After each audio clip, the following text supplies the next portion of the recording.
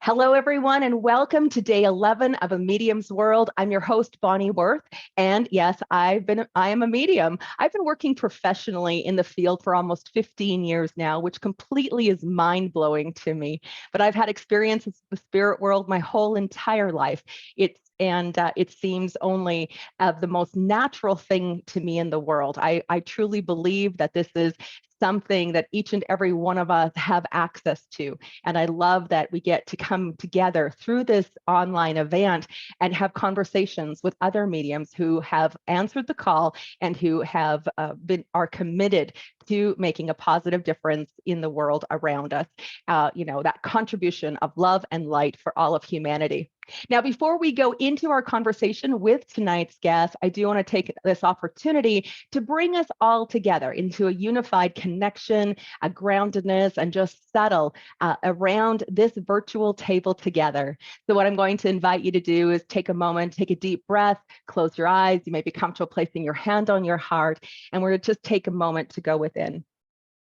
A moment to really settle into our own self, the connection of the mind, the body, the heart, bringing us into a rhythm with the divine one that exists inside all of us, the divine one that expresses the light, the love that holds us, caresses us in comfort,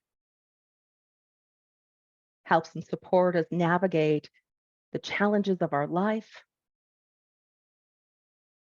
the one that exists within, that knows our very reason for being, our very reason for breathing as we do in this life,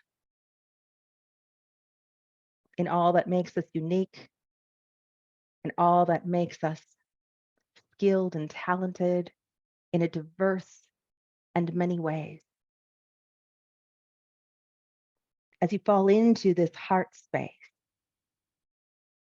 you gain empowerment through the breath and through the surrender as you come into alignment with that divine consciousness that is greater than your very own. It's from deep within that we gain the strength, we gather the wisdom, we find the understanding. And as we do this, increasingly radiating light, increasingly radiating love, and discovering more about our own deeper truths, our identity, our path. It's on these inner planes where we understand and know on the deepest level that we do not stand alone, even though at times it feels like we might be the lone lighthouse.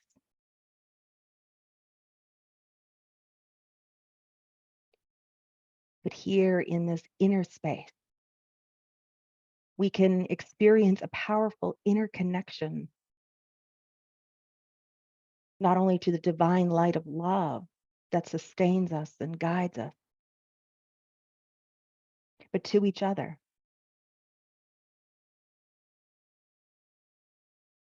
This space that connects us to the same one, to the same light.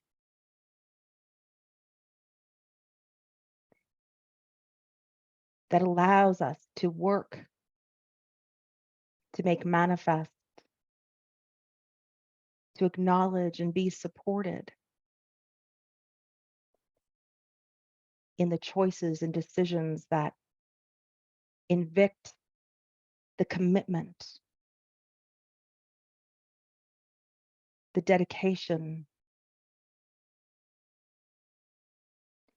of a chosen path of compassion, of brightness, of power, of your own spirit, of my own spirit, and of love.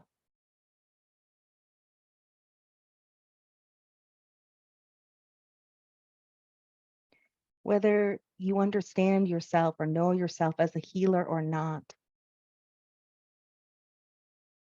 there is a deep, true level of your light,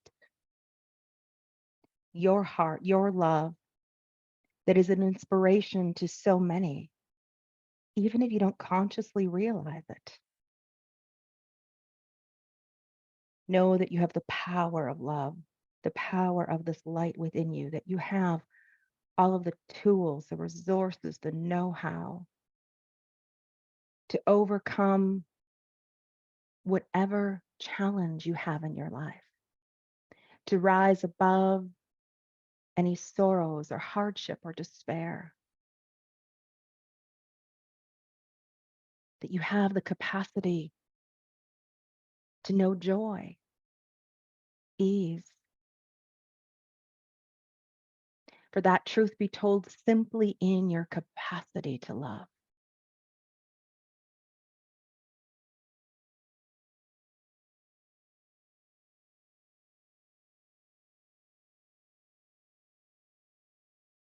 Just allow yourself to settle here, to be here, to love where you're at, to love who you are.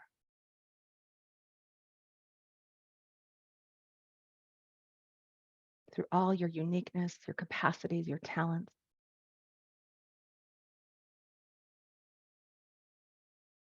For your purpose is here to express and love.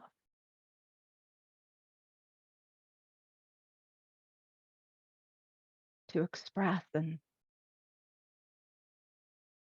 not only be a light unto others, but to let light be held of you.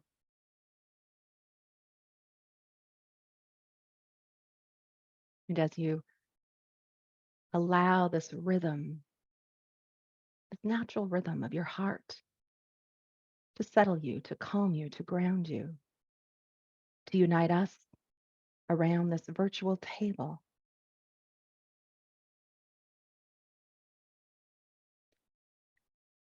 that we share any merit gained from this conversation with each other and all beings, all of life everywhere. That all beings and all of life everywhere be free from suffering, from despair. May all beings and all life everywhere abide in a deep and lasting peace. May all beings and all life everywhere know the highest forms of happiness, to be at ease, to know and experience their deepest essence of joy, of peace, compassion, and of unconditional, boundless love. That each and every one be liberated, fully liberated.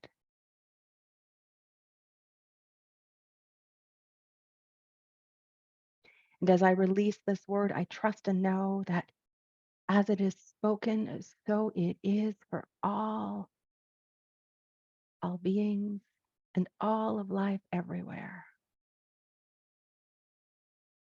Thank you, thank you, thank you. And so it is. Amen. I am the light I am.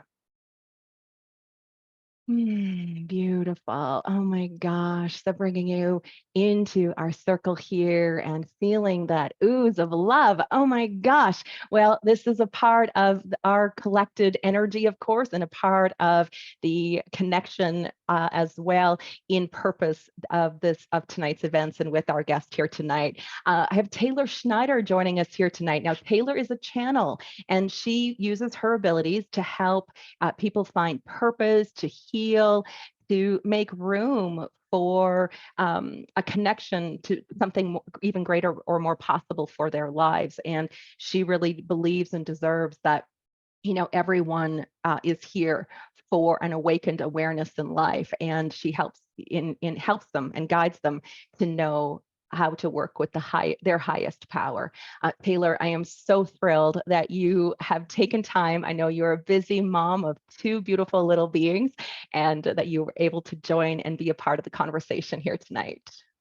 Hi, Bonnie. Thank you. Hi, Hi. everybody. I am so excited to be here. Yeah. Taylor, I love, I mean, our stories go back so many years together. I remember you coming to see me, and I remember the moment I met you, it was like everything inside of me was going off in alarm. I can't even explain to you what that was like. And I remember you coming in for a session, and I almost looked at you, and I might have actually even said to you, "Why are you here? You can do this for yourself," or something like that. Did I not?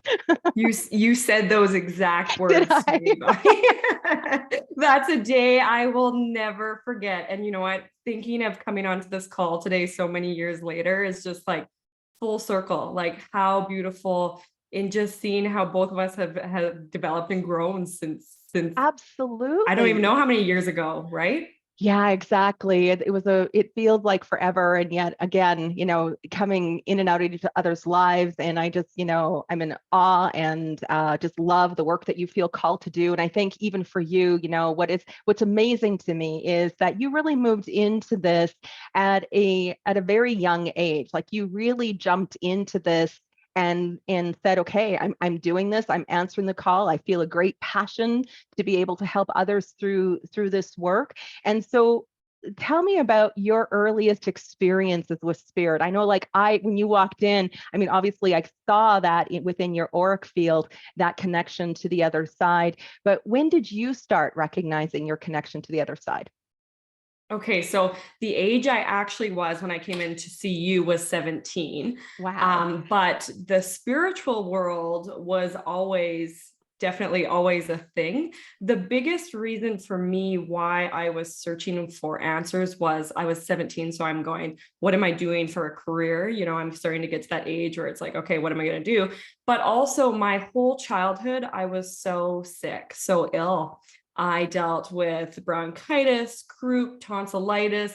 It was all the immune system. My immune system was completely shot. And so physically, I had no option but to explore what am I and what's going on with me, because I could not handle what was taking place. I could not, I guess when you are a channel of the divine and you don't understand it, what happens is it just channels into you and it gets stuck and you get confused and you start to feel like this is your own stuff and you don't know how to allow it to pass through or pass by. And Right. so before I knew it, I was really ill. And then my physical body was falling apart. Like there was no chiro that could help me, no physiotherapist, so I think I didn't really have a choice to step into it. It was more of a 911, somebody save me, somebody help me, somebody tell me what am I, because I'm falling apart at the seams. But at 16 is when I actually was in a car accident. And then I met you at 17. So at 16, Wow. I had a near-death experience where our vehicle should have rolled. It didn't. It just kind of did a whole bunch of spins and landed exactly in a perfect place where there was 4 sloughs all around, and we should have rolled into a slough, and we didn't. And life flashed before my eyes. I remember at the time, my boyfriend at the time was with me, and I watched him go through this whole thing, and I thought, like this is it. It's all over. And that was the moment my entire life changed. That was the moment Wow. I stepped into all that I was. And then meeting you at 17 was just this confirmation that, holy crap, I have an ability and I can use Yeah. this. And I remember when you told me that, Bonnie, when you looked at me and said, why are you here? Like you are a medium. That was just this confirmation that sat with my soul that I will never forget, because it was finally like somebody is looking at me and can see me, Yeah. because when you're sick and when you're a child and when you're going through all that, I went through therapists and I wasn't good at school. So they were testing me for ADHD and Yeah. anxiety and depression and all the above, right? She's special needs, maybe, she's not learning properly. She's not sitting in the class the way she needs to. She's, and really what it was I was just so connected and I was such an Mhm. old soul. And even today, I had to write down my age on paper. So if you asked me, I would remember how old am I here, because I've always been quite beyond my years. And even as a child, like I would connect with the teachers. I would connect with the older, people. I would try and guide them and help them. I had tutors in school. I remember in elementary school, And I'd be talking to them about their relationships and this and that. I'd go to a counselor and end up counseling the counselor. Like it just was nonstop connection. And it Yeah, wasn't specific that it was spirit. It was more just the energies at play. I could feel the energies absolutely. at play. I could guide people through what they were going through. Instantly I would know like you're struggling here. And so when you told me, that claircognizance, that you just know, and just to know that inner knowing is something so real and it's so prominent. And once you can understand it, I mean, it changes your whole life. Absolutely. And, your story, is one that in many different ways, physically, some things that I experienced in my life and many mediums go through. And again, being a medium is more than talking to dead people. I'm a channel medium. It's like we're the medium that's being used to take, this energy and be able to translate it into form in some way. And Totally. so, I know that there too, I always had, ear infections and tonsillitis and all of that, those communication, right? And what happens for a lot of mediums that when we don't move into development or begin to allow those energies to be expressed, there can be a calcification within those senses that begins to take place. And so we can think about, what that does in erosion, so to speak, in our plumbing in our houses when there's calcification in the pipes, right? This is no different for us. It's an energy gets congested and it begins to manifest in very physical symptoms and ailments. And again, I just look at, I was so sensitive to the world. Like I would end up in the hospital for days and weeks on end because I would have an allergy rash from head to toe that was completely unexplained by the medical community, right? I just remember being so overtly sensitive, right? That's what was always said. I was overly sensitive and emotionally, and over sensitive in terms of my reactions, even with all of that too. So it's so beautiful. And have you found that now as you've moved in, this energy's expressing, you've let the channel really be open, nice, loud and clear, and that now you're healthier and have more energy and feel more vibrant than you remember being? Oh, Bonnie, yeah, like I wouldn't be able to do what I do. I wouldn't be able to raise my babies and put on all these programs and create a podcast and everything that I do without the Right. source energy, because I sometimes don't even know how I do it when I really reflect on what I'm up to. And so when I think back to those days and years of suffering, like I am a complete different person. And it was because I finally accepted who I am, and Right. I allowed it to flow. And I even when you say about the throat chakra and that sort of thing, like when I stepped into my gift, the first 2 to 3 years, my voice changed. It went from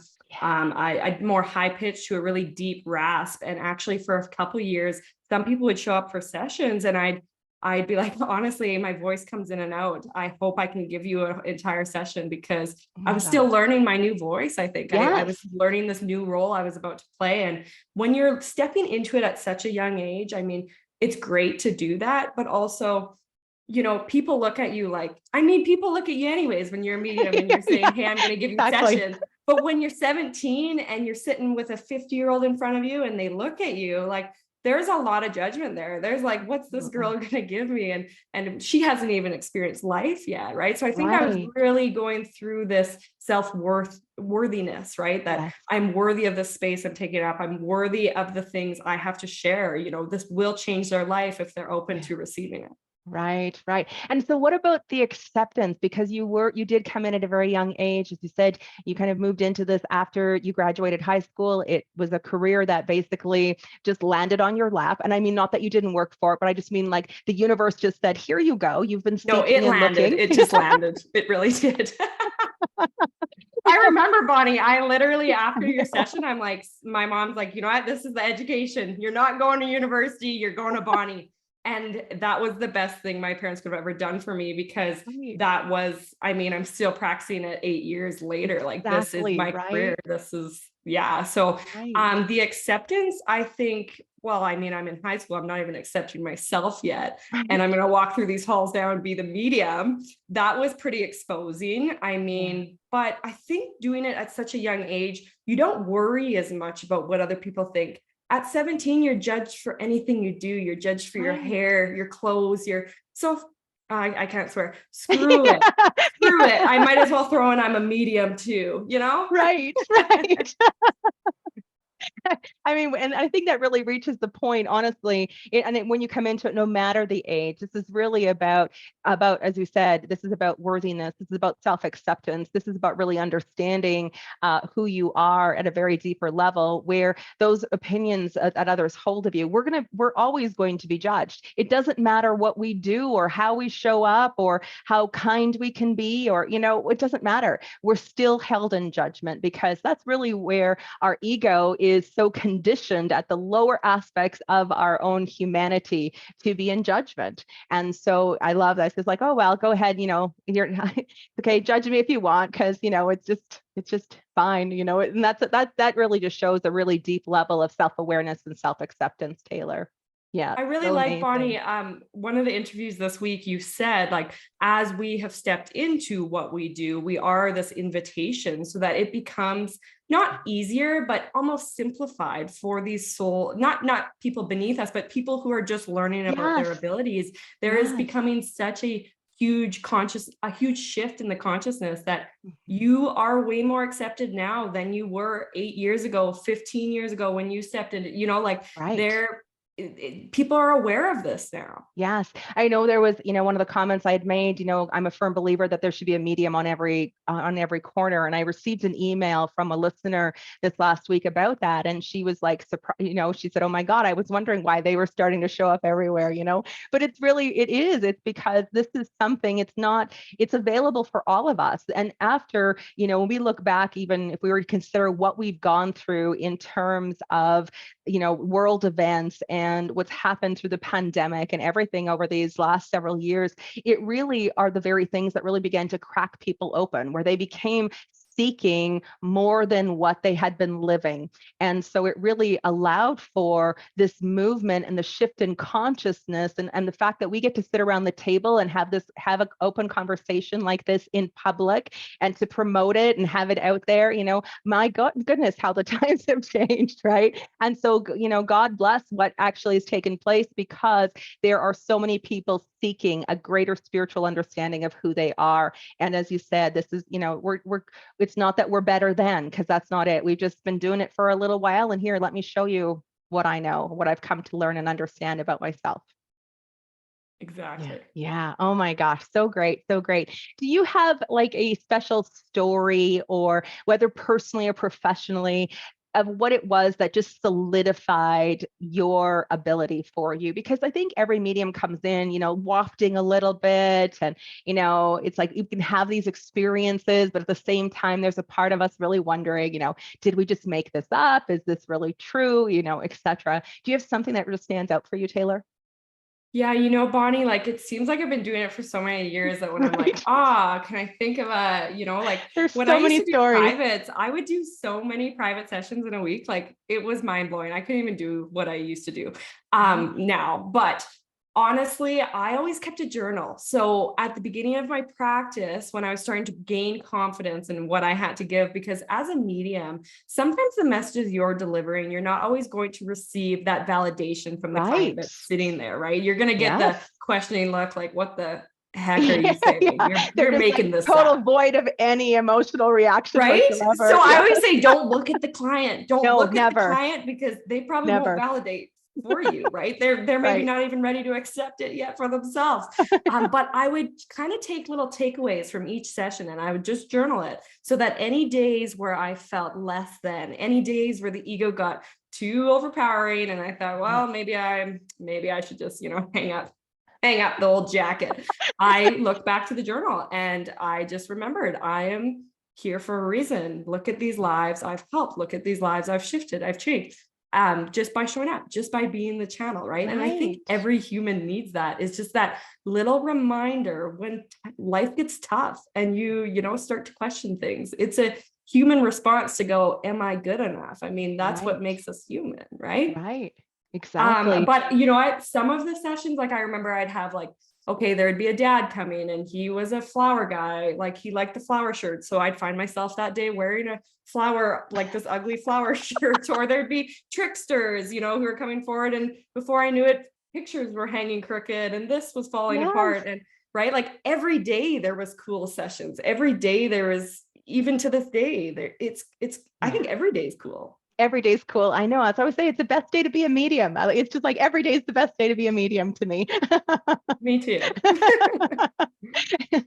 I really, as you kind of move through and when you kind of come into this and you're saying, okay, I'm going to move forward with it, the insecurities show up. And of course, fear is a big piece of this, of doing this work. Sometimes people are afraid of what they're getting themselves into. They can be more afraid of the dark, and those negative experiences with the spirit world. And yet I feel like fear is our invitation. Like when fear shows up, it's our opportunity to answer the door with our faith. It's the opportunity to kind of come in and just say, I've got this, where we're advocating. And as you said, utilizing all those experiences to back up the fact that we've got this. Spirit is there, that we are being called forward, and there is a purpose in this. And the purpose becomes less about what's happening in the external world and more about what's happening with your sitter, with your groups, with the people who have gathered in front of you. I think it's to even identify that, like, if you're not feeling fear, then you're probably not doing what you should be doing, right? Like, exactly. You should feel fearful. Yes. Like, even coming into this call today, I'm like, I'm so excited, like, and nervous, and and this is beautiful. That's because I'm supposed to be here, right? Mm-hmm. And so as humans, like, we've all been conditioned that if we feel anxious, if we feel antsy, if we feel like maybe we're not good enough, that we just retract back. But it's like, walk through that fear. If you don't walk through that fear, you'll never see what's on the other side of it. Absolutely. I had a mentor of mine who said that if something doesn't scare and excite you at the same time, it's not worth doing, because you don't have to reach out and seek your higher power to move through it. And you want to always do things that scare and excite you, because calling on your highest power is the greatest gift you could ever give to yourself. That's where awareness is born. That's where self-realization happens. Yeah. Powerful. Right. Oh my gosh. So good. What do you, when you look at, obviously as you got mom of these two beautiful little girls that you have, and, how do you find that your ability to be in this place in your life is benefiting your children, Taylor? Like, what are you witnessing in them that maybe you recognize was something you struggled with yourself as a child? Yeah, totally. That's a big question, because even when I reflect to learning that I was gifted at 17, like how that changed the course of my entire life, right? Like I was pregnant by 20, I got married by 22, I had my second baby by 23. Like, let's talk fast paced, my friends, like pretty fast paced. So without my gift and ability to help guide me and navigate through all of these big shifts and changes, I don't think I would physically be here. Like, I don't think I would have been able to handle what was handed, right? So I don't think our mediumship makes our life easier. It just makes us more aware so that we can navigate through the experience, through the human experience, because we're all here to have that experience, whether we're tapped in or not, right? Yeah, absolutely. And so having babies through this, obviously I'm like, yeah, they're coming through totally in tune. I knew my babies before they were even born. They were named before they were born. I knew their gender. So when they came out just earthside, it was just like this confirmation of these beautiful beings that I felt soul to soul connected to for so long already, right? So I know I was young having them, but I was so prepared to have them. And so my daughter, my oldest, is such a sponge, like so emotional, such an empath. And so she's 3, so she's already going through preschool, and she's starting to go into, I don't want to say the conditioning, but she's starting to experience, but it's starting to, absolutely, right. And so I'm seeing, like, now that my eyes are open and I'm a mom, how society conditions us. At age 3, I'm already getting this portfolio that shows me where she needs to work, what she needs to work on, and what's not, at grade level. And I actually, no offense to the teacher, no offense to the because that's the school system, the way it's set up. It's just the way it is. But I looked at the teacher and let her know that, I'm just really excited that my little girl is here. And if that's all she accomplishes this year, we'll work on this portfolio stuff. But, as a mom, to have that awareness, because I think of my mom going through that and how many years she would have heard, Taylor is below grade level. Taylor maybe shouldn't go to the next class. Taylor, blah, blah, blah.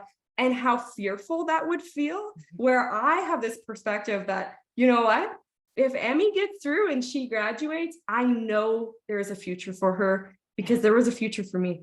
Oh, see, I love that, Taylor. Oh my gosh, I just love that so much. It's I like was, if we can remove a bit of the expectation of what the yes, conditioning has brought and just allow our yes, kids to be who they are. Like, I would love to be in the school system, and maybe by having kids in the school system, it'll get me in there. But to just be that voice, I guess, to let everyone know that just let your little beings be who they are. Because right.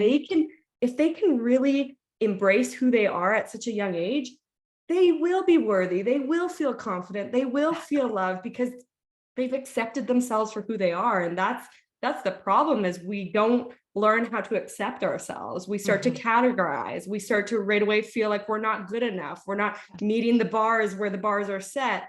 And then right away that we're feeling this lack of worthiness. And it starts from freaking age 3. It starts before that. And Absolutely. it's not right, I don't think, but we need to become aware of this to shift it. And so I think all of us, as a consciousness waking up, we will start to shift that. Yeah. Oh my gosh. So beautiful. I know, even thinking of myself, that you're talking about your children. And I remember being in school, I used to always get in trouble for daydreaming. I was always, the teacher was always calling me back into attention. Bonnie, you need Every to report focus. card, right? Yes, seriously, she's daydreaming all the time. But that's one of Yeah. the key things in understanding of a channel, where there is the ability to drift off into a space or a void, but you become available then for, these higher education, we could say, right? So again, we're, how wonderful it would have been to have the teacher to have been inquisitive and asked me what I was daydreaming about, instead of, punishing me for daydreaming, right? Scolding me for being, and just really getting curious about it. What a difference that would have made in terms of me just being able to accept myself. And then just broadening that for everybody Right. listening right now, like, think of how untouched you are from your gift and ability because of the conditioning you went through in your life, because you were told, hey, focus, hey, don't daydream, hey, Yeah. pay attention, hey, you're not good enough. Like, we tap out of our abilities unknowingly because Yes. of the environments we are placed in. Yeah. And we're conditioned to think, right? We're conditioned to think, whether it's even as parents. I look back in parenting, and I know, what was done, when I look at being a mom, having young kids before, and I would say when they would be in trouble, like the scolding, okay, you go to a room, go think about what you've done. Go think about what, your actions. You have a problem in school and the teacher is saying, go think about it. So we're so conditioned to think and to allow the mind to rationalize and create logic, that we lose, as you said, we tap out of our abilities simply because we're no longer invited to feel into that, no longer to be present in the experience or the energy that we're participating in at that time. So it's like, it's no wonder, like I always say, and no wonder we get migraines and have headaches. We're so conditioned to be in the linear mind that it's, man, if we could just drop in and allow for that opening and pathway, through the intuition and through these higher states of consciousness, even at a younger age. Oh my gosh. Well, Wow. it's so true, Bonnie, because if we all think about it, like, energy, and I always teach this, energy is our first language. Like, Yes. the minute before you were even brought here on earth, you were inside of your mother's womb and you felt loved. You Yeah. felt it. You didn't understand it. There was no English being spoke, but you felt it. And the minute you were born, you felt things. And so Right. energy is the first thing Yes. that we It's our first feel, that we language. know. It's our language, It's our but first language. we're not Mhm. listening. Yeah. Yeah. That's what I always say, as mediums, what we are is we're energy interpreters. We still remember the language of energy, and all we're doing is putting it into some form, or, through words, through art, expression. Right. So yeah, it's so true. We already know how to feel that. Yeah. Yeah. Yeah. We And absolutely do. even like what you said, and even when I think of my education, like, don't even ask me to do multiplication for you right now, because I couldn't do it. But ask me a Right. question about mediumship in the spiritual world, and Yeah. I could blow your socks off, because Right. that's Exactly. what I'm here to do. I Yes. don't care. You know what? Multiplication, I got a calculator for that. I can figure that one out. But That's who right. I am is a medium, and Right. that's what's important. Yeah. Oh my gosh. Isn't that just it? Like I still have nightmares actually trying to remember my locker combination explanation from school, like trying to, and I was like, no, I don't, that is, it is that, as you said, that conditioned part of us that, and we don't necessarily use that. That's not necessarily the path and where our purpose or even our career is taking us, right? So I love the expression of that. Taylor, I'm just really, as we're coming in, there's we have a mix of people who are a part of these conversations this week. A lot of mediums that are joining in terms of getting insight and support and also community, just that like, oh my gosh, that happens to me. And yes, that's what I thought. Like it's so great to create this atmosphere for that. But we also have a lot of people that are attending who are grieving and who are seeking and looking to kind of process their loss of their loved one. And so they're, inquiring about mediums, they're curious about their loved ones. What advice would you have for those individuals who are grieving coming onto the call here? And just in, through your experience, through the work that you do, et cetera, that you could offer them? Yeah, well, I think through the years of supporting others, grief is not linear. It's Right. not for a period of time you're going to feel this way and then it's over with. I think you learn how to move, you learn how to dance with grief, and it's something that becomes a part of who you are, and you never get rid of it.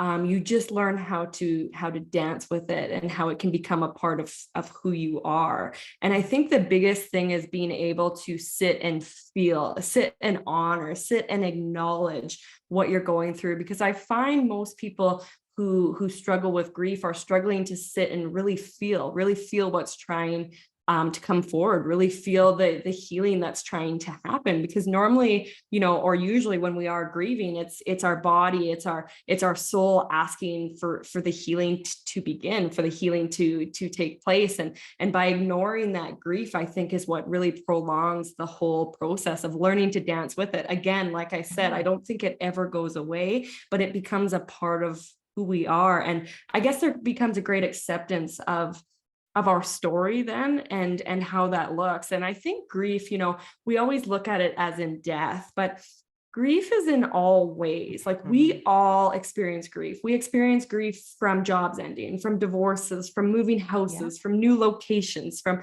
grief surrounds all of us. And we've Yeah. all learned how to dance through it in our own way, shape, or form. And so if you're joining, even thinking, I've never lost somebody significantly, but think of the grief you've moved through, because we all have in our own shape, right? And Yeah. I think it's just about learning to move through the emotion of it, to not Mhm. suppress it, to not run away from it. I think we have to look at grief and acknowledge what's trying to come forward with it, the healing Mhm. that's trying to activate our souls, Yeah. if Oh, that I makes love. sense. Oh, it totally makes sense. Oh my gosh, I just want to high five you right now because, like, yes.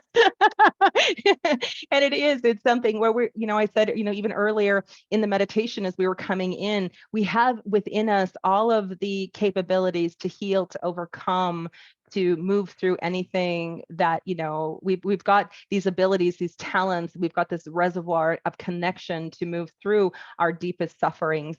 And so, here, as you're just saying, just dance with it, just be with where you are, and just hold it for what it is, because that's actually where grieving is an indication that healing is happening.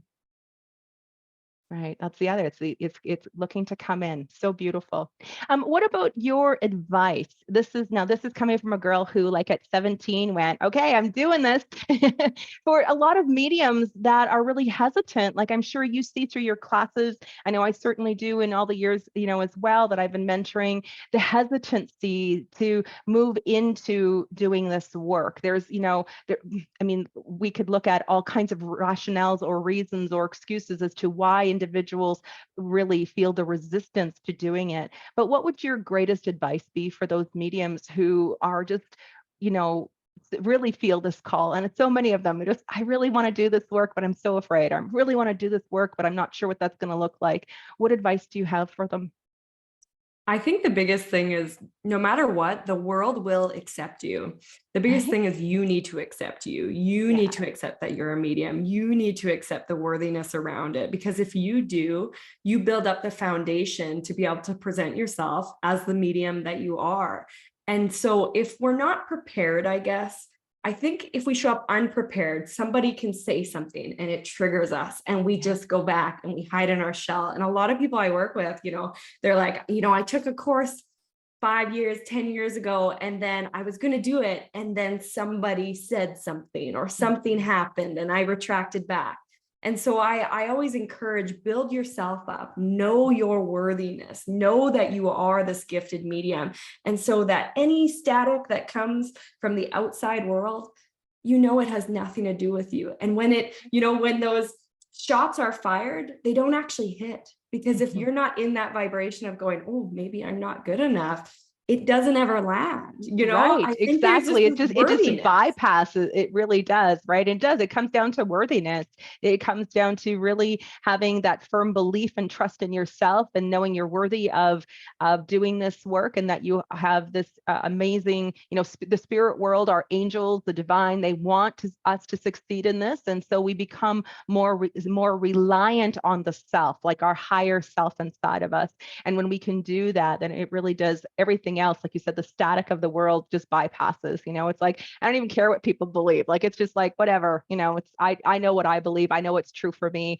I know my own worthiness, and I love and embrace who I am. So it just becomes, I think that too, like, the reality is that, like, we put on the limitations, right? Yeah, like the universe yeah. is limitless. It Right, will exactly. provide whatever the hell we want. Okay. That's Heck, right. we want. Sorry. That's okay. No apologies. But we cap ourselves. We say we're going to live in this little box and it needs to look this way. And so what we need to get over is our own ego. We need to realize that we've trapped ourselves in a place that we're not even fulfilled here.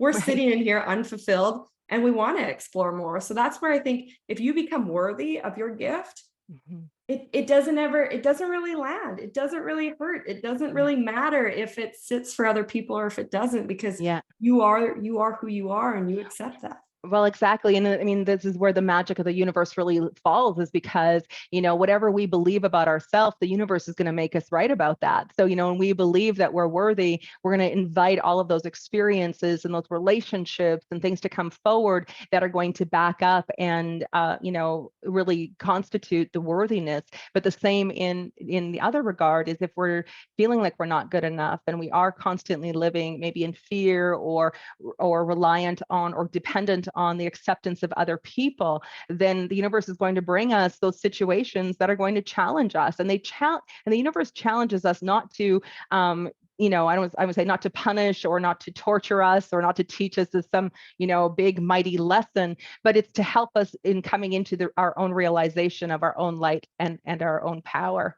And so it's amazing, again, that's we are the only ones, as you said, who limit ourselves. Oh my gosh, so great. And really, Taylor, like, mediumship, I always say, is all about me. It's all about you. Right. That's why you're stepping into it. So you have to be willing to look at your own closet and go, what am I willing to clear out here? What am I willing to let go of so I can step into all that I am? So for anyone listening, like, if you're a practice medium and you're struggling with clients, or you're struggling with success, or you're struggling, anything you're struggling with, you need to look within your own self. Exactly. What's my limitation put on, and what do I need to remove? What do I need to heal? What can I let go of so that I can attract more success in this aspect or that aspect of my life, right? Yeah. The only person we meet on this path is ourselves.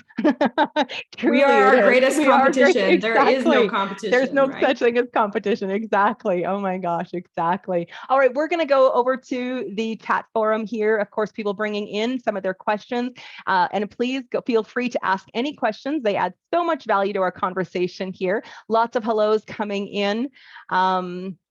Alfreda this is a needed so much for mental health, and that people become more aware in this way. I agree too. I think, when we look at our well-being, when we consider that on all levels, really being able to understand energy and understand ourselves and work in terms of even some of the pressures, Taylor, as you said, even in the conditioning of our young kids, this is where those anxieties, those panics, those feelings begin to begin to stimulate from. So yeah, I really agree. if we could start to teach about energy and all actually Right? understand it, Yes. how much anxiety would actually be out there? Or would we actually just be acknowledging that energy is moving through us and we're learning how to navigate it, right? Yeah. Like I know as a mom, my kids, I mean, they were a lot older by the time I moved into this work. And now I have the honor, I get to be a nana who talks about energy with my little grandbabies, which is so great, right? It's like, I mean, my kids all, kind of moved, and by osmosis, they, moved forward with it. But it's like now I have this preciousness of these little people where I get to, begin to speak that world of energy to them. It's beautiful, beautiful. So Brenda is saying she's loving these conversations. There truly should be a medium on every corner, and this series is going to help make that a possibility. Yay, yay. I'm glad you can feel that too. You know what, Bonnie, I even say in every household, because Absolutely. Well, because really, they're really, right? we Exactly. all need it. We all do. Absolutely. Sharon is saying, my children are gifted as well. How can I help them to hone in on their gifts without scaring them? What advice do you have for Sharon? Oh, I like that. I let Emmy tap in a very lighthearted way. She'll be looking at the fish tank and I'll say, what do you think the fish are saying? What do you think the fish need? And so she'll go, oh, the fish are hungry, Mom. Oh, yeah, you're right. They are hungry. I haven't fed them in 3 days. So I allow her in a lighthearted way to embrace that medium that she is, but not in a way of feeling pressured or a way of, so I think it has to be a lighthearted approach where you allow them to explore it in a way where they feel comfortable and supported and heard. And I think it's just, don't even put vocabulary to it. Like if you understand it and you can hold space for them, that just allows them to feel safe and supported and heard. And I think that's all we need as mediums, is to feel heard and understood. Absolutely. Oh my gosh, so beautiful. I think the other piece with this, Sharon, too, again, depending on the age of your children, I know for me as a mom, my children were a lot older by the time I started working professionally in this way, and where things really got publicized. And I just know for them, it's really about honoring your kids, their readiness. This isn't something that you can push on them, all you can do is continue to choose your path, do your work, show up in the ways that you are. And they're going to, as I said, my kids kind of, by osmosis, they began to kind of shift and change as the consciousness within the whole home began to shift and change. And so their readiness is always the readiness according to their soul's path and journey. So even though, we don't ever want to pressure them, we just want to show up, speak our truth, invite these into open, I always had these open woo-woo kind of conversations in our life. And it's things that it's a journey that they have of self-discovery for themselves too. So this is, when the soul is ready, they will hone in on it. So just, allow for that to naturally unfold for them too, without the pressure. I like that, Bonnie. Let them lead, because we Yeah, all know how it feels for somebody to tell you what you should do. If you're right. being told, you're going to do the opposite. So I think Yes, sometimes we prolong the journey for those we love because we love them so much and we can see they're gifted and talented. But right. when we're told to do it, do we do it? Not Right. usually, Not right? usually, especially teenagers. No way. Yeah, No. don't tell your teenager or you'll be told. Yeah, But also I think too, it's like honoring them, honoring what they need. Like I know for my little, like when she doesn't want to go to an environment or to go to a birthday party or to go, overwhelm her nervous system, when she is telling me, no, this isn't what I want to do, we don't do it, because she already knows the energy at play and she already knows she doesn't want to do it. And so just allowing, I think, our kids to have boundaries and be able to say where they want to go and how they want that to look. I think we have to listen to our children a lot more. agreed. Oh my gosh, I absolutely agree. And simply we look at it too, because of the shift in the rise in consciousness that we've seen, take place over these last several years. We're really moving into new paradigms. And so with that, as well as to know that these little ones that are being born into this already have a high vibrational constitution. And so because of it, we can't even begin to know what they need. So honoring them in terms of what they're verbalizing, what they're vocalizing, and when they're asking is the greatest way to help and support them. Right, because Yeah. our kids are the most tapped in, right? It's as we Right. start to get conditioned where the ego starts to throw us off and Yeah. we start to get untouched with our Yeah. gifts, right? And Yeah. and not knowing how to tap back in. But really, our children are so tapped in, and we need to listen to the places they're guiding us in. Yeah. I remember one of my sons, I might have mentioned this already on one of the other conversations that I remember, it was always open dialogue about in our home about, spirit, about the angels, about energy. It's just kind of what, it's just normal, so to speak, in our home. And I remember one day my son said to me, he was kind of freaked out a little bit in an experience that he had kind of witnessed or had been a part of. And so he says, I know you think this is all normal, Mom, but this is not normal. People don't live like this. Only we live like this, right? He's like, I don't want to talk about this stuff anymore. I don't want to have anything to do with it. And it was like in that moment where I realized, oh my gosh, I hadn't really created the space for him to kind of invite me into what he needed or what he was willing to experience. And so that was a real, moment for me as a parent where I just had this like, okay, oh my gosh, I maybe have been maybe too forthcoming or too encouraging about this, and I need to just to sit and let him lead this. And so when I realized that, I apologized to him and I said, okay, honey, you're right. I promise I'm not going to say anything more and about it. And so it was probably a couple of days later, he's just hanging out with me. And I said, and it's just his character. And I always know when he needed to talk about something because he'd just be with me. And I'd say, hey, buddy, so what's up? And he's, well, that thing I didn't want to talk about anymore, I need to talk to you about it. Right. But he took the lead in it. And then we could have, and then I realized after that, I always waited for him to come for like my kids to come with me for questions instead of me trying to teach them, instead of me trying to, push them to hone in on their gifts at all. I think, Bonnie, that's even like thinking of your partners. Like, I think as we're on a spiritual journey, we always go like, come along, I can help you, I can advance you. And like, even I think of my own husband, and like, I've taught level 1 20 times, and this is the first time he's chose to join in, which is so exciting. That's fun. But yes. that it needs to be, you're right, an invitation. They need to decide when they are ready. And if it's pushed, and if it's, we almost suffocate in it, or we suffocate them in it, and they feel like they can't breathe, right? Yeah, absolutely, Taylor. I look at, even my husband up until probably, I'm going to say maybe 3-4 years ago, when he started coming to my stage events with me, where he actually came and he sat in the audience and watched what I did. Up until then, he hadn't even had a reading. He wasn't interested in having a reading. The only reading he'd ever be interested in was astrology, because astrology there was something tangible right there for him, and he could relate to that, and he couldn't relate to my intangible world. And so it wasn't anything that I ever forced on him. I never pushed it. I would, share experiences or messages if his mom or dad had come forward, and just kind of in general way. But I never pushed him into the position of, here, let me do this for you, because I recognize, that this is his journey. And just as much as I'm excited, I'm not that person for him. I'm not the one that's maybe not yet, and maybe never. I don't, we don't know for sure, but it's always been a space of mutual respect and encouragement and support.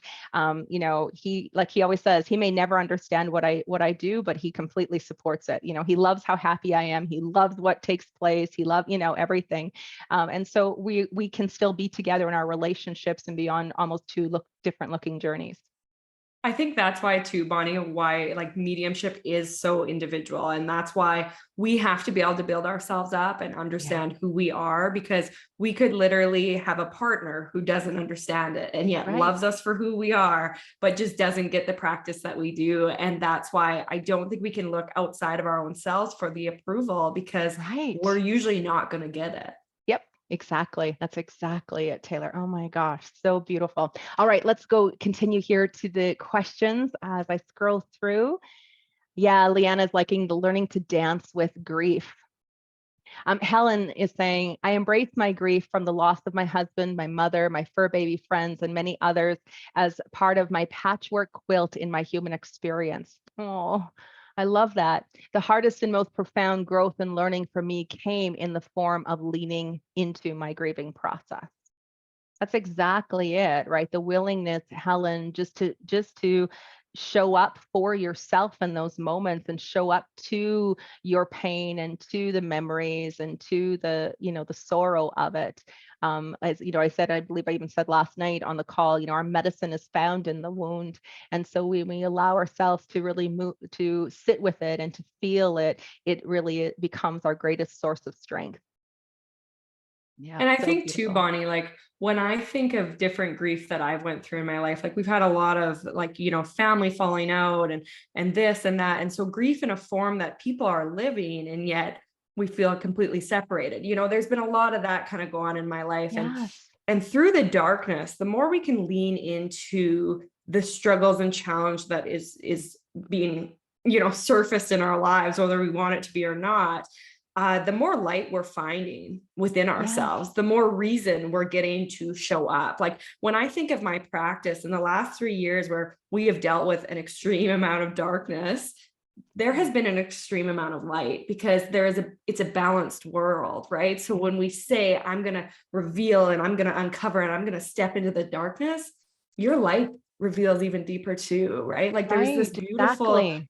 balance in this world, but I think we're just so afraid of what that darkness will reveal. Absolutely. And sometimes we're afraid just to be alone with ourselves, to be alone with that, our thoughts, our pain, our suffering, right? Yeah. Val's question here, she says, my question is around the dark side of the spirit world. Why do some people attract experience with spirit that hurts or causes harm?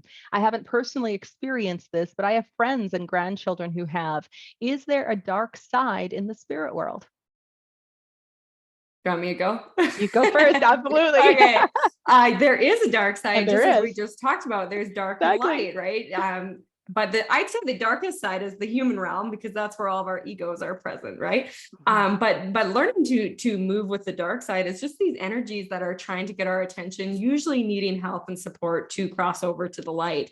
And so often these kind of energies come forward to those who are trying to open up or awaken or need to awaken their mediumship abilities, Yes. or children, because children are so tapped in, so available, so open unknowingly. And so we just need to learn how to be of service to these souls that are really just searching for the light.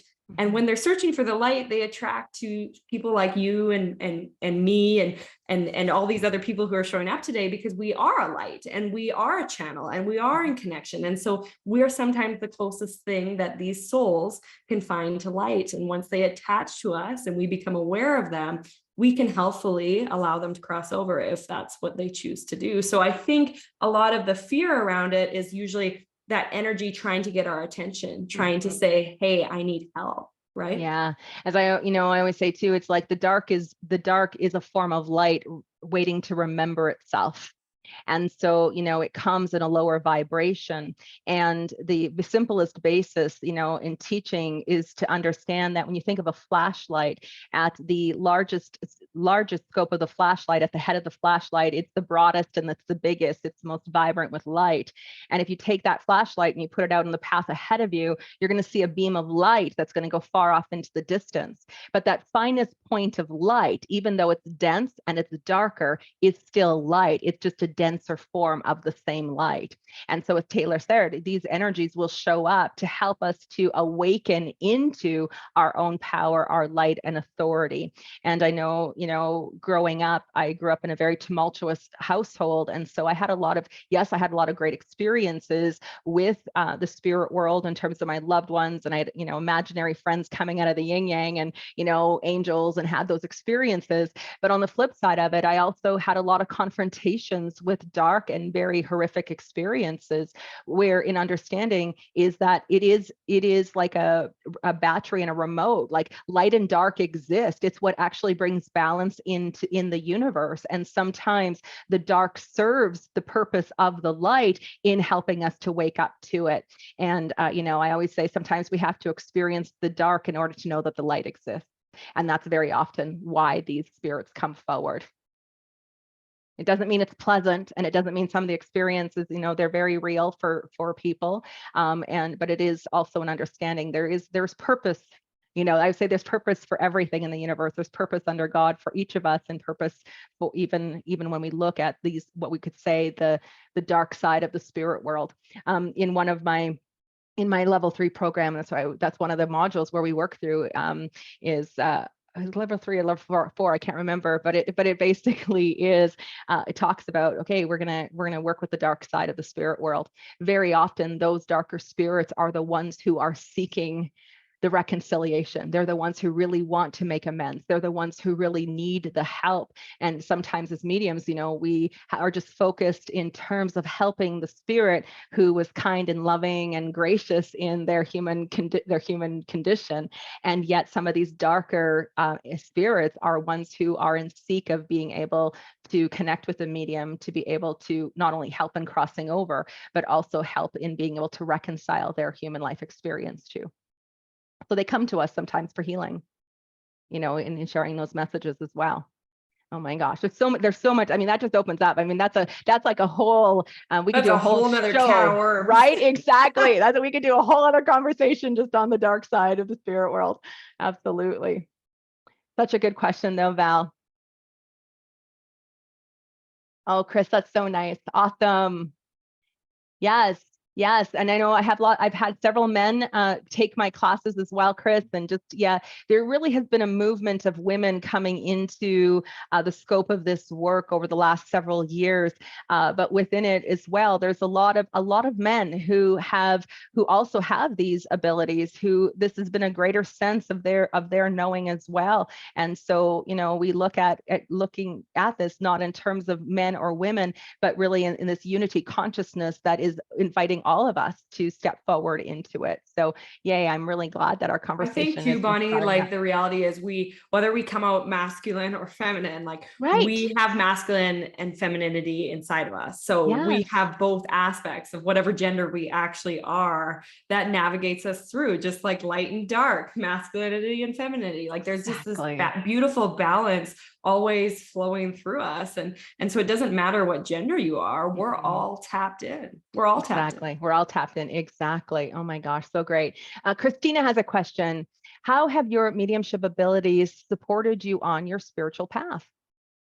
Yeah, so I think my beginning, I think the first 5 years I did all private sessions. They were great, but as my life started to change and I had babies and stuff, I needed to change up my, the way I was able to serve. So that pushed me into creating programs. Again, all the programs were just as you know, Bonnie, you channel them through, what worked for you, and you start to teach that to others. So what I find is this beautiful integration with everything I face in my life, with the struggles and the challenges and the places I am, even with motherhood. It's integrated into my programs. It's integrated into the people I'm able to serve and help. So my mediumship guides me in every aspect of my life, every single day, in the programs I'm able to create and the people I'm able to reach. And without it, I mean, I have no idea. Like I said, I don't think I would be here. Right. Not exactly. I know I certainly wouldn't be either. I think for me too, there's no separation for it for me. Like there's no, this is my mediumship, this is my spiritual journey, this is my life. It's a complete mergence of everything. My life is my spiritual journey. Mediumship is a part of who I am. And so for me, one just supports the other. And so it supports every aspect of life for me. It becomes, being able to tune in and move into a connection with source energy, and to be able to live my life from that place of centeredness within my own self, not only helps me to thrive in my life, but it also influences into stronger connections with the other side. So for me, there's no separation of just one supporting this or one supporting that. It's all encompassing for me. I think it's like mediumship is the base of the tree, right? And so if you can accept yourself as all that you are, your beautiful branches will reach and touch everything that you're meant to. But it's that is where you grow, that is where you develop, that is where you can grow into all the other places you're meant to touch and be, right? Yeah. And I love, you say, mediumship comes to the me of things. And this is where, again, mediumship isn't something we do. We are mediums. It's a part of our personality. It's a part of our DNA makeup. So there again, we look at it's this thing that as we grow and evolve and we begin to expand, it becomes a greater expression of who we are.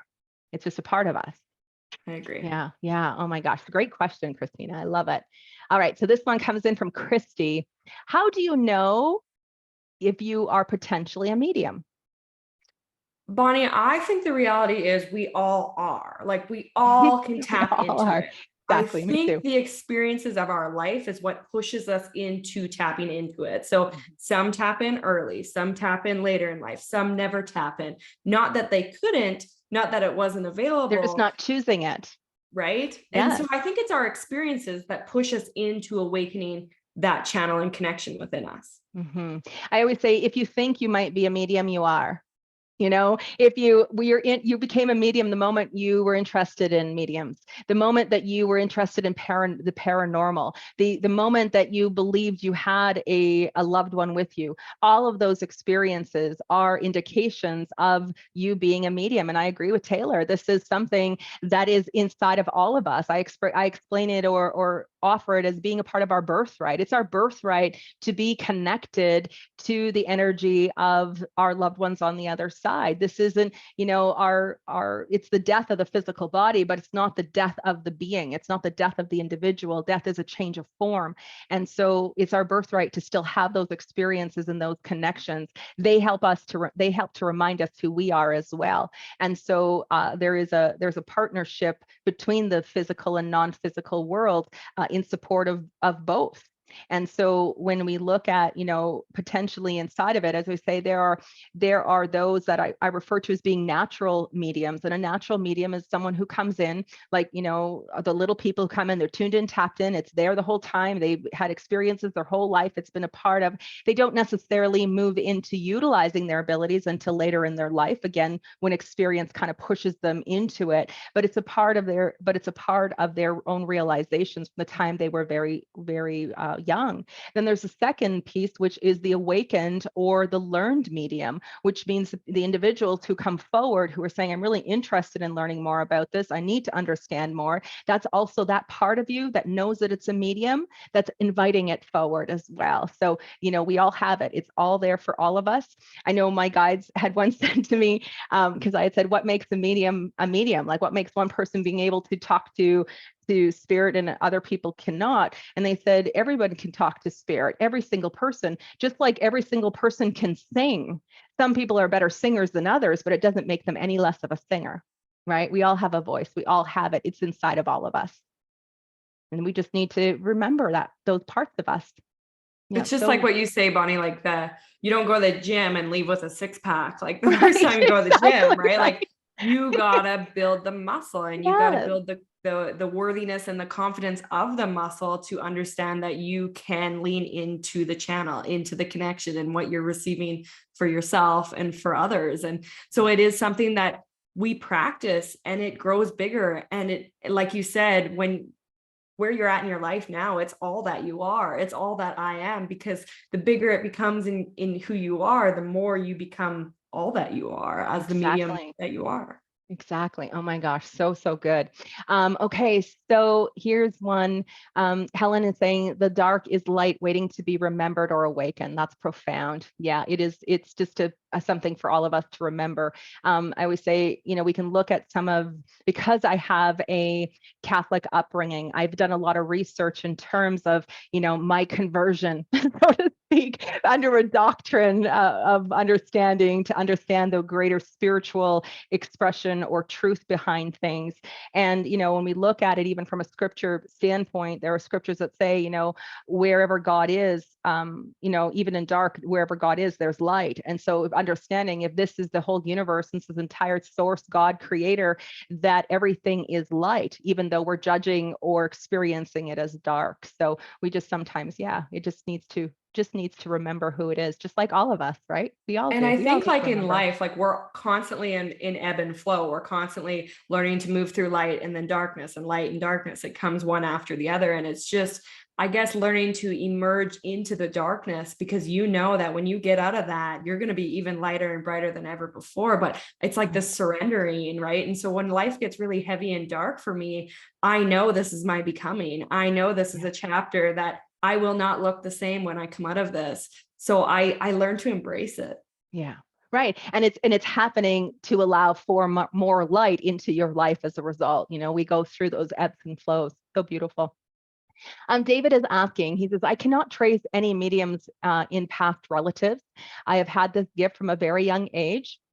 Of my three children, two have this gift. Of the two that have the gift, I now see that two grandchildren have it as well. Now, a 3-year-old great grandchild is showing the gift. They are all girls. It would appear to me that these gifts seem to show up in females more than males. Any comments on this observation? Wow, as I type this, you're actually commenting on my question at the same time. I love how that happens. We talked about the masculine and feminine energies in all of us, right? And we're talking about more and more men stepping in. But here too, David, very often it doesn't mean just because if you go back in time, it may not have been something that was verbalized or disclosed in terms when you look at your past relatives. A lot of times that was held in secrecy. Nobody talked about it. It wasn't acceptable. And a lot of mediums took their ability to their graves, so to speak. But where we see it show up is that it is a part of DNA. And it just so happens that within the lineage or bloodline of your family, it's showing up through you and all of these little ones that are following. But here again, it is these divine and masculine energies that are expressing in each of them, no matter the gender of the child, no matter the gender of the individual. I think it's so cool to see that, David, because you stepped up and stepped into that light that you are. It was able to be revealed in your younger generation. Exactly, right. And again, that may not even be, and again, the timing of it, maybe this is so that in generations to come, they can look back and they're going to remember you as being the one who cleared the way for them, the one who said, okay, this is who I am, this is what I'm able to do. And you show up, and even at, you're doing the work, you're doing the readings, you're helping other people, right? That creates that space for them to follow after you. So beautiful. So beautiful. Okay, so Helen is asking, what are your thoughts hang on. What are your thoughts to there seemingly being more female mediums rather than male? Okay, so it kind of fits in the same question in terms of it. But I think I think the ego for masculinity sometimes is what gets in the way a little bit. And so I think for female, that's where we still have that very, sometimes we feed more the feminine side. And I think it's easier to be like, okay, we can tap into our emotions because we've been allowed to, we've been allowed to tap into our intuition. It's who we are. It was our birthright as we came in as a female. But as we came in with the masculine, trajectory, I guess, you step away from that a bit, you shy away. You might be the most sensitive soul on earth and you're a man and you're totally a medium, but you're afraid to tap into it because of the expectation of a masculine energy. I think. Absolutely. And a lot of that, is held under the conditioning we can see within the patriarchal aspects of our society. And so with it, we can go back even that book that came out several years ago, and it says, men are from Mars and women are from Venus. And it really speaks to that because of the ego. Men tend to be more linear, more logic, and women are more tapped into the emotional body. And so because we have that sense of feeling, we become sensitive. We're more aware of the spirit world than maybe what men are. And so that really becomes, why is there more females than males? Because we're more in sync with it through the emotional body. However, that being said, a lot of men, once they have permission to express their emotions and they have permission to be the softies and the sensitives that they are, they begin showing up then too. So I think that's really where what I'm starting to see be revealed, in the last few years, more and more men coming forward into this. I love that, Bonnie. And when I think of my husband, one time I sent him a meditation. He wasn't really tuned in at the time, but I sent him a meditation and he texted me back, yeah, I met a monk in that meditation. And I replied, I have people who take 3 levels with me and don't meet shit. You met a monk one of the first times you meditated? And that's true. They are so tapped in and sometimes just have never been given the permission to explore deeper. Right. That's exactly it. The permission to, simply because it hasn't been acceptable in society. Right. Yeah. Okay. So here we go. I'm just scrolling down. Here we go. Elfrida, I totally think back now that I've always been a medium. I just wasn't awakened to me during a loss. Absolutely. I agree with that.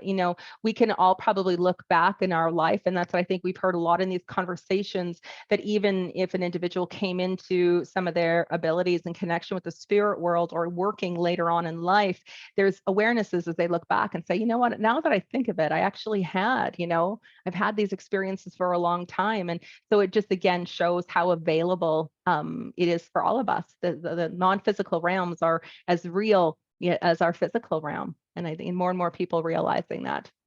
Linda asking here, oh, I just lost Linda's question. She says, how can I practice my mediumship? I feel like when Bonnie said you have to raise, oh, I lost your question again. Where did we go? My apologies, Linda. Please bear with me. I'm trying to work with spirit and drive a car at the same time. I Not can read it, always Bonnie, things. if you Oh, need I've me got it. to. I found it here. Yeah. Okay. How can I practice my mediumship? I feel like when Bonnie says you have to raise your vibration, what is that? I know I want to know what to do to practice, who, with, where, etc. I feel like I've lost the road. We can all feel that. There are times when, Linda, I have to honestly say, especially if I haven't done, and again, because my work has evolved and shifted so dramatically in the last several years, that I don't do as many one-on-one readings anymore. And because of it, I feel like I'm out of practice, but this is also where where I've found that my willingness to sit down sometimes and simply just open up the channel, and just whether that be through writing or even having like I have an app on my phone where I can record, and I can sit down and press that, and I can just begin to speak and to allow and do a reading for myself, see what my loved ones have to say. What are my guides, inviting me towards today? What higher wisdom or knowledge is looking to come through for me? So it's, sometimes being a medium is, yes, it is about, doing a reading and being able to pull in that connection for someone else so that we can practice our craft. But it's also about what we're choosing to do in our daily basis to forge that relationship with the other side that truly matters. And so even when I say the other side, again, I mean, whether it be your loved ones in spirit, whether it be your spiritual team, the masters, the guides, the angels, whoever it is, God's source, where you're sitting down and you're looking for that holy communion within your own self, that really becomes the ultimate in terms of practicing. It's what I we feel do in like our too, life. Linda, I feel like you're looking, or you're being asked to embrace your specialty, to find what works for you, what makes you feel fueled up and fired up to Right. support others. Like when I think of my practice, readings were great, but then they started to feel not great. They started to feel like, I want something different. There's a new road approaching. I'm ready to travel down it. And that looked like teaching people. And now my road's changing again. And I'm feeling like empowering people. I want my podcast to go. I want, these Yes. different things, different speaking engagements. And that's what we need to learn, is that we're constantly ebbing and flowing. And so is our gift, changing and growing and evolving with who we are and the people we're meant to serve and the new vibrations we access. Absolutely, Taylor. That's beautiful. And I think this is a big piece of it too, is just really honoring that, it's more than just doing readings for people. It's more than that. And so we look at how do we cultivate that connection, and allow for those higher consciousness beings to be a part of our existence here, and then adapting our practices, how the services we're offering, the classes we're teaching, and really honoring in terms of what fulfills us, because that sounds selfish, but to understand we also have to love what we're doing. And so when we can be passionate about what we're doing, we become greater and more available to be able to help other people. I always knew that if I was going into a reading and I'm feeling, there's one thing to be feeling afraid or uncertain about it, but when it almost annoyed, this almost like, oh, I have a reading today, that's not the energy I want to be. That's not how I want to show up to help someone. But those always became these invitation points for me to begin to look at what are you doing? What do you need to shift and change? What could you do to increase a possibility here in how you're serving? So all of those can be invitations. And I think sometimes we overcomplicate being a medium with just doing readings for people, where again, in looking that we can connect to that source to the divine, to those on the other side, to help us with whatever it is that we're looking to do. That being a medium can be through our writing, through our speaking, through our art. There can be many forms in which we can enrich and bring forward those healing energies that have nothing to do with sitting down and doing a reading for someone. So I agree with Taylor. I feel like there's an invitation here for you to explore, to look at how to incorporate your connection to the other side in this practice of being a medium with the things that you're passionate and you love to do, because that's where you'll be of greatest service. Yeah, it's like, look where you're currently at and who you're being called to support, and how, not even who, but how you're being called to support yourself. And in turn, you just effortlessly pour to other people's cups, right? But when you're empty or when you're lacking, like, you can't fill up anybody else because you haven't first looked at yourself to, what do I need to shift or change to be a better me? Yeah. And again, when we're working from that place of fullness inside of ourselves, and we're enjoying what we're doing, when we're allowing for that this raise your vibration, this is a sustainment of vibration. It becomes just a way of living and breathing and being. And so there is no, we all get to have bad days. And I think that, here too, and understanding what raise your vibration means is the energy. And so we have to also give ourselves permission. If we're having a bad day, it's okay to have a bad day. We're human. And it's okay to feel, we might get stressed out, we get upset, we might be struggling in some way. And we need to just give ourselves permission to be where we are and who we are, even in those moments. But then we look to the things that fill our cup again, because the one thing is you become very skilled in not staying there for very long anymore. We play there for a while, we express all that funky emotion and all those things we're feeling, but then we become skilled at finding the things that fill us, that feed our own soul. And when we're feeding our own soul, that vibration becomes sustainable. It's easy to uphold. I think we misinterpret too sometimes, Bonnie, that as we step into our mediumship, life will become easier. And like, I kind of said that for myself, like stepping into it so young, I'm like, I got her covered. This life's going to be an easy one. But the truth is, we're still here on a human experience, or we wouldn't be here on physical form, right? We'd be an energy, we'd be a soul. So we're still going to go through the experience, and we're going to go through the hardship, and we're going to go through the up level. And it's just learning to meet ourselves wherever we currently are and developing our practice right there. Exactly. And I love what you say here too, Taylor, where you say it's an up level. So which means that when we have a frequency and vibration, that becomes normal for us. And even if we're having a down day, it doesn't mean where our vibration is dropping. All that it is the invitation for us to up level here again. So we need to feel through things, and then a shift happens, and now we're raising in another layer, or we could say another frequency of vibration. So we're always up leveling. We don't go backwards. Don't go backwards. Oh my gosh, such a great question. And so Linda, have you lost the road? No, you might have just lost just maybe a sense of yourself. Okay. Alfreda is saying, I think men were just more conditioned to not show emotion, so they hold back more than women. We talk more as women about our feelings. Absolutely. She says, oh my God, you guys, or what you're saying, your thoughts and words, or thinking and texting everything as she's writing it. That's so cute. That's so cute. I love that. Okay. And Daniela says, I love that you said something like, get clear on your worth, then it doesn't matter what people say. Can you comment a little bit more on self-worth? Oh my gosh, get me going. Taylor, go ahead, you go first. Okay, I'm excited. Okay, so I see self-worth like a staircase. And so as we build our self-worth, we build up our vibration, our energy frequency, what we're able to be and attract. And so if we're lacking self-worth, these platforms could show up in our life, and we miss the opportunity, or we think we're not good enough and we deny the opportunity because we haven't built up our worthiness to feel like, as these things show up, hey, this is an easy platform I can step onto. This is something I can claim. I'm ready for it. I'm prepared for it. And I think that's where we lack in the human realm, is we forget we have to feel worthy, so that as the opportunities present, we're almost on that exact same vibration of being able to step onto it. Like, this is my next platform. And so if we're lacking the self-worth, we're kind of lacking the foundation to get us into those next stages and phases of our life. And we learn everything about emotions, right? Like that we should feel confident and happy and joyful. But those are all just temporary emotions. Exactly. Worthiness is what maintains. Worthiness is what keeps us in the same level of vibration, that same heightened energy where I might not feel confident in this moment, but I feel worthy to be here. Mm-hmm. Absolutely. Oh my gosh, very beautifully spoken.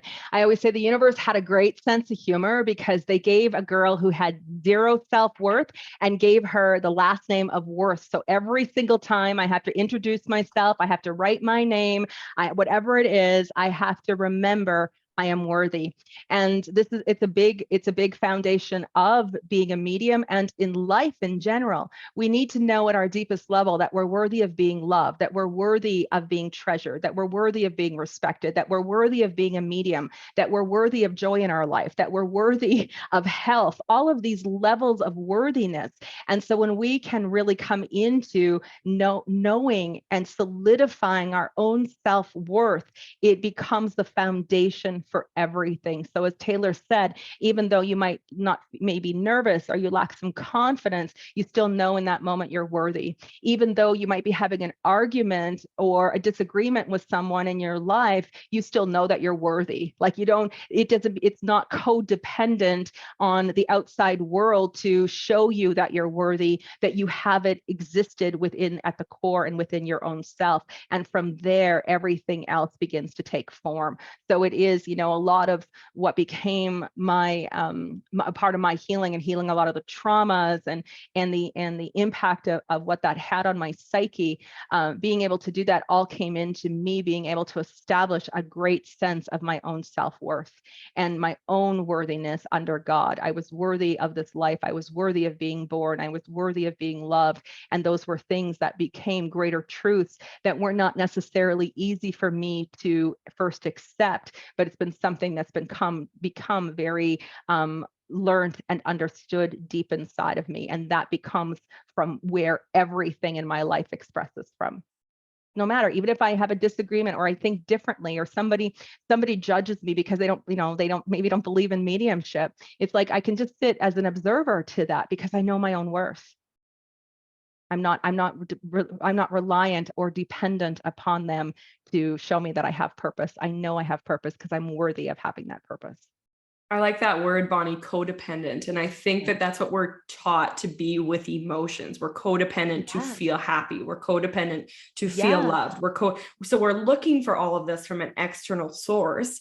And so then when we don't get that, we feel the exact opposite. So that means we go out and we go, oh, I don't know if I look good. So I'm waiting for somebody to tell me if I look good. And so if Right. no Joe Below comes forward and says, you look good today, does that mean you feel like you don't look good? Right. And that's just a simple example to all the emotions we're often running with because we're not looking and building up our own self-worth, right? Yes, yes. And we're not putting that expectation on someone else to fulfill that, right? And so I know there were years, and this goes back like years and years ago. I remember saying to someone at one point, I didn't want to go to some social event that was there. And I'm like, because my husband couldn't go, Nolan couldn't go. And so I said, I just feel so much more confident when he's there with me. And she looked at me and she said, you don't need him to be confident. You need to be confident inside of your own self. And I was like, holy doodles, like that really yeah, that's right. I needed to be that for myself. And that could only come from this understanding and the scope of this deep embedded worthiness. But Again, that's Bonnie, I like, think that comes with marriages a lot because of the yeah, way we've been taught through religion and that sort of thing is when you're here in a relationship, in a marriage, like your journey is now combined. You're yes, responsible for one another. But the real, to be realistic of this whole experience is we each have our own experience. We each have our own journey and we can only hold each other's hands. We can't do the journey for one another. And so when we're codependent on people in our life that we love, we sometimes are pushing them away more than bringing them in because there's this truly. neediness about us. Like, make me feel loved because I don't know how to love myself. And I think that's where your whole life begins to shift is once you love you, you don't look for it outside of yourself. Yeah, absolutely. Oh my gosh, absolutely. And that too, oh my gosh, I feel like we've opened up another can of worms, and we could like have a whole other conversation just on this as well, because Stay it's tuned so for deep. marriage counseling. Right? No. Exactly. Marriage 101. Oh my gosh, so good. Oh yes, Eleanor saying such another amazing conversation. Oh my, you were so very welcome. Oh my goodness, Taylor, I just want to say thank you so much. Our time has gone so quickly. So much wisdom, so much joy and love that, as you come and you share here in this conversation here tonight. I just want to thank you from the bottom of my heart for showing up in my life, because you were a big part of helping me really define and get clear on myself as a medium, because I started to see not only my own children, but then I had the privilege and honor of supporting someone else's child. And so that became, I felt that was the most precious gift that I think your mom could ever have given me. And so just being able to hold that space for you, and then to watch you as you really stepped into this and have just showed up in all that you are and the work that you're doing in the world. So I just want to say thank you for, obviously for where your journey has taken you, and for being a part of this conversation. To everyone who's tuned in here tonight and for the past 11 days, thank you so very much. It has been just an absolute joy for me to sit in these conversations. It's been a privilege to witness and be a part of your healing journeys and your mediumship journey in this way. And I just want to, just again, just restate for everyone that you have everything inside of you, everything that you could possibly need to connect with the spirit world, to heal or move through the things, your challenges as you navigate your very human life, but more importantly, to be able to be of service in a way that is unique and beautiful and true to your own soul. So I just want to leave you with that final blessing. And Taylor, again, thank you so very much. Yes, thank you, Bonnie. And if you guys are looking at Bonnie's program, I mean, it can change your entire life if you want it to. So take it, invest in yourself. You are so worthy. Mediumship is all about you. So if you're ready to grow and develop, Bonnie's your gal. So beautiful. Thanks, Taylor. Appreciate it. Much love to everyone. God bless. And I look forward to the next opportunity that we have to sit in circle. Take care.